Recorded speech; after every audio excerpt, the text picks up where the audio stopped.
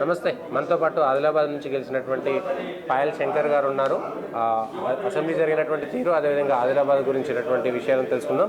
ముందుగా మీకు కంగ్రాచులేషన్స్ అండి. ఫస్ట్ టైం మాతో మాట్లాడుతున్నారు కాబట్టి ఎట్లుంది? ఆదిలాబాద్ నుంచి ఫస్ట్ టైం 2 సార్లు కొట్లాడి చాలా తీవ్రమైనటువంటి పని చేశారు. అక్కడ ఎట్లా ఉంది? ఫస్ట్ చాలా సంతోషంగా ఉంది.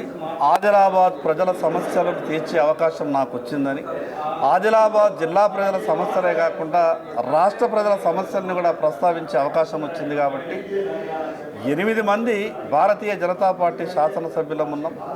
రేపు రాష్ట్రంలో జరిగేటటువంటి అనేకమైనటువంటి కార్యక్రమాలు ఈ రాష్ట్రంలో అమలు జరగాలని భారతీయ జనతా పార్టీ పక్షాన డిమాండ్ చేస్తాం.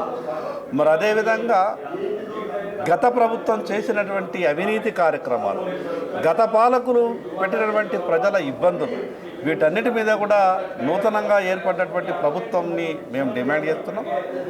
కానీ మాకు నిన్న మొన్న జరిగినటువంటి చర్చల్లో చూస్తే టీఆర్ఎస్ కాంగ్రెస్ పార్టీ కలిసిపోతుందా అన్న అనుమానం కలుగుతూ ఉన్నది. ప్రభుత్వంలోకి రాకముందు వాళ్ళు మాట్లాడినటువంటి మాటలు ఎక్కడ వీళ్ళు వచ్చంటే ఉరిశిక్షలు ఖరారు చేస్తారన్నట్టు మాటలు మాట్లాడారు. కానీ 2 రోజుల చర్చల్లో లోతుగా జరిగినటువంటి అవినీతి మీద ఎక్కడ కూడా శ్వేతపత్రంలో మెన్షన్ చేయలేదు. చివరికి మాకు నిరాశ కలిగించేటటువంటి ఒక్క విషయం ఏం జరిగింది అని అంటే, ఏ కాళేశ్వరం అయితే లక్షల కోట్ల రూపాయల అవినీతి జరిగిందని చెప్పినరో, ఆ రోజు రాష్ట్ర కాంగ్రెస్ పార్టీ అధ్యక్షునిగా మల్కాజ్గిరి ఎంపీగా రేవంత్ రెడ్డి గారు అనేక సందర్భాల్లో మాట్లాడారు. కాళేశ్వరం అనే ప్రాజెక్టులో 1,00,000 కోట్ల అవినీతి జరిగింది, దాన్ని మేము బయటకు కక్కిస్తామని చెప్పి. మరి వీరు చర్చ చూసినా, వీరు తీసుకునేటటువంటి చర్యల గురించి మేము ఆలోచించినా మాకు అనుమానం కలుగుతూ ఉన్నది. మేము అందుకే భారతీయ జనతా పార్టీ పక్షాన డిమాండ్ చేస్తూ ఉన్నాం. ఇది మీరు ఎంక్వైరీ చేస్తే సరి అయిన రీతిలో వాస్తవాలు బయటకు వస్తాయన్న మాకు అనుమానం ఉంది. వాస్తవం రావు. అందుకే మీరు రాష్ట్ర ప్రభుత్వం తరఫున వెంటనే కేంద్ర ప్రభుత్వానికి ఉత్తరం రాయండి. సాక్ష్యాధారాలు ఉన్నాయని చెప్పారు.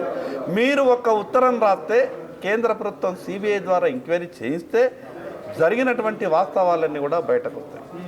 మరి అదేవిధంగా నా ఆదిలాబాద్కు సంబంధించినటువంటి, తెలంగాణ రాష్ట్ర రాజధానికి హైదరాబాద్కు అత్యంత దూరంలో ఉన్నటువంటి జిల్లా నా ఆదిలాబాద్ జిల్లా.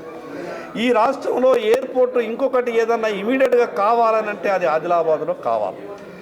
కేంద్ర ప్రభుత్వం అనేక సందర్భాల్లో ఆదిలాబాద్లో ఎయిర్పోర్టు నిర్మిస్తామని, డిఫెన్స్ మినిస్ట్రీకి సంబంధించినటువంటి వాళ్ళు కూడా మేము ఎయిర్పోర్టు నిర్మాణం చేసిస్తాం, అక్కడ డిఫెన్స్ అకాడమీ ఏర్పాటు చేస్తాం, దాని ద్వారా డొమెస్టిక్ అవకాశాలు కూడా మేము కల్పిస్తాం, మీరు ఎన్ఓసి ఇవ్వండి అంటే 10 సంవత్సరాలుగా రాష్ట్ర ముఖ్యమంత్రి కార్యాలయంలోనే గత ప్రభుత్వంలో పెండింగ్లో ఉన్నది. ఈరోజు నా ముందున్నటువంటి ప్రధాన లక్ష్యం ఆ ఎయిర్పోర్టుకు సంబంధించినటువంటి నూతనంగా ఏర్పడినటువంటి కాంగ్రెస్ కొత్త ప్రభుత్వానికి కూడా, కొత్త ముఖ్యమంత్రి గారికి కూడా విజ్ఞప్తి చేస్తున్నా. నా నియోజకవర్గ ప్రజల తరఫున, నా జిల్లా ప్రజల తరఫున మీరు వెంటనే కేంద్ర ప్రభుత్వానికి ఎన్ఓసి ఇవ్వండి.